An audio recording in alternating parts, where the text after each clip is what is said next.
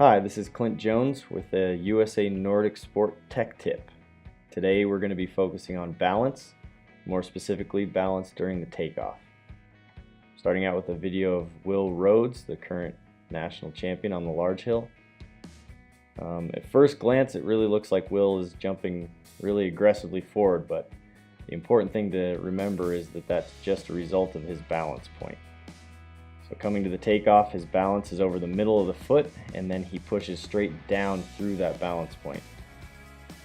When you take into account that the takeoff hangs at 11 degrees, he's actually just pushing straight down, not diving forward. Here's another example with Canada's Mackenzie Boyd close.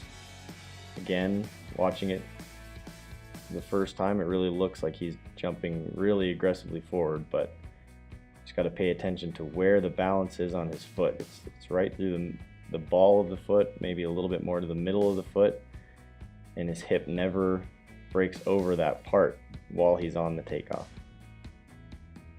Now we're going to take a look at some exercises you can do at home to work on this concept.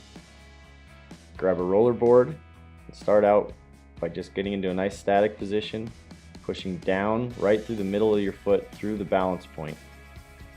If you do it right, the board should stay totally still. We're going to take a look now if your weight is a little bit too far back. As you can see, Will is pushing a little bit too much through his heels, and his balance point is a little bit far back, so you can see he doesn't jump nearly as high, and the board rolls forward.